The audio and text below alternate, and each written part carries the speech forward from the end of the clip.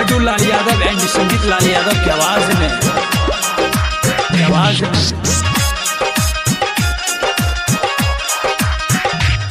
नया साल में सब रहू मस्त मस्त, नया साल में सब रहू मस्त, नया साल में सब रहू मस्त मस्त, नया साल में सब रहू मस्त। सब नया नया महल फसाब जाओ,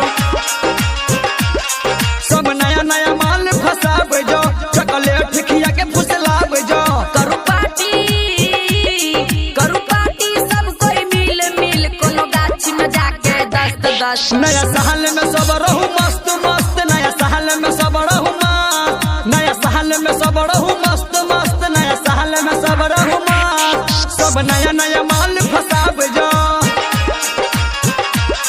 सब नया नया माल फसाब जाओ। करू पार्टी सब कोई मिल मिल कोनो गाछी में जाके दस्त दस्त। नया साल में सब रहे मस्त मस्त, नया साल में सब रहे मस्त, नया साल में सब रहू मस्त मस्त, नया साल में सब रहू मस्त।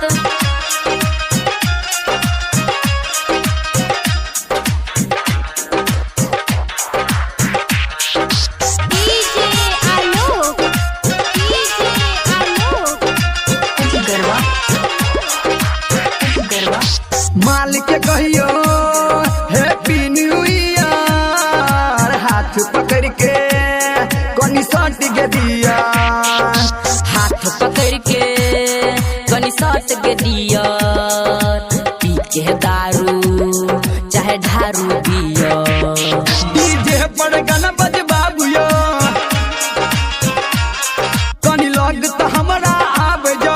सुनो हमरे विचार, सुनो हमरे विचार, टटका टटका करो न मन में कष्ट कष्ट। नया साल में सब रहू मस्त मस्त, नया साल में सब रहू मस्त, नया साल में सब रहू मस्त मस्त, नया साल में सब रहू मस्त।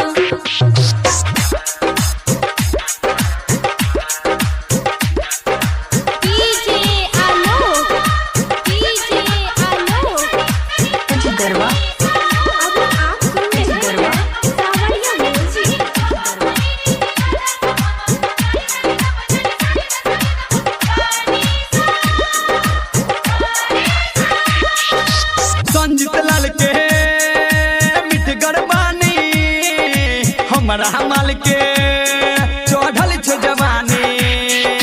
सबके मुँह से गिरै छै पानी, सबके मुँह से आबै छै पानी। तो लड्डुआ के सुन ले गाना रे, निर्मलिया के छै दीवाना रे। कहे डीजे संजय गौतम भैया, छौरी के दुनू तस्त तस्त। नया साल में सब रहे मस्त मस्त, नया साल में